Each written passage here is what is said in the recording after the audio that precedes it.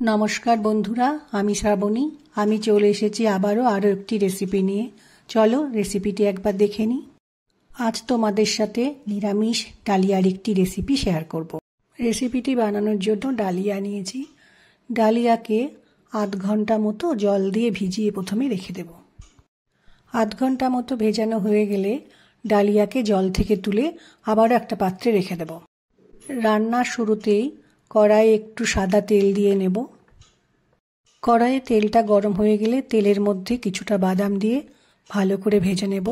তারপর বাদামটাকে একটা পাত্রে তুলে রেখে দেব। বাদাম তুলে নেওয়ার পর ওই একই তেলে প্রথমে জিরে ফোড়ন দেব, তারপর দেব শুকনো লঙ্কা ও দারচিনি।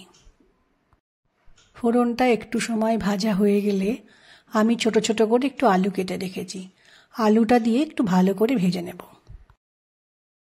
আলুর টুকরোগুলো একটু সময় ভেজে নেওয়ার পর আমি যে ডালিয়াটা ভিজিয়ে রেখেছিলাম সেই ডালিয়াটা তেলের মধ্যে এবার দিয়ে দেব।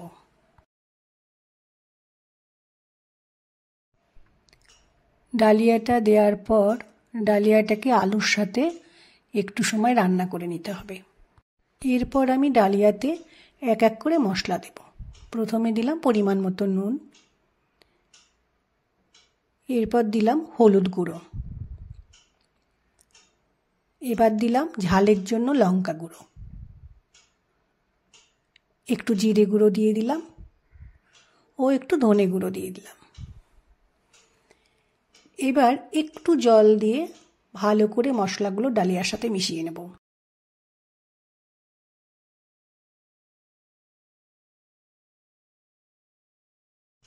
ডালিয়ার সাথে মশলাগুলো ভালো করে কষিয়ে নেওয়ার পর আমি এর মধ্যে এবার একটু গরম জল করে রেখেছি, সেটা দিয়ে ফুটতে দেব।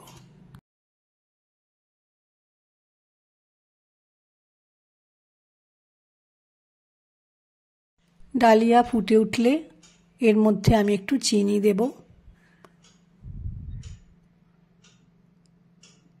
আর যে বাদামটা ভেজে রেখেছিলাম বাদামটা দিয়ে দিলাম, দিয়ে খুব ভালো করে মিশিয়ে নিলাম। এবার আমি ডালিয়ার মধ্যে একটু গরম মশলা গুঁড়ো দিলাম ও একটু ধনেপাতা কুচি দিয়ে দেব, দিয়ে ভালো করে ডালিয়ার সাথে মিশিয়ে দিয়ে আরও মিনিট দুয়েক রান্নাটা হতে দেব। খুব সহজেই বেশ অল্প উপকরণে তৈরি হয়ে গেল নিরামিষ ডালিয়া।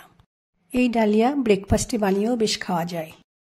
আমার এই রেসিপিটি ভালো লাগলে লাইক, শেয়ার ও সাবস্ক্রাইব করো। ভিডিওটি দেখার জন্য ধন্যবাদ। আজ ভিডিওটা এখানেই শেষ করছি। ফিরে আসছি আরও একটি রেসিপি নিয়ে।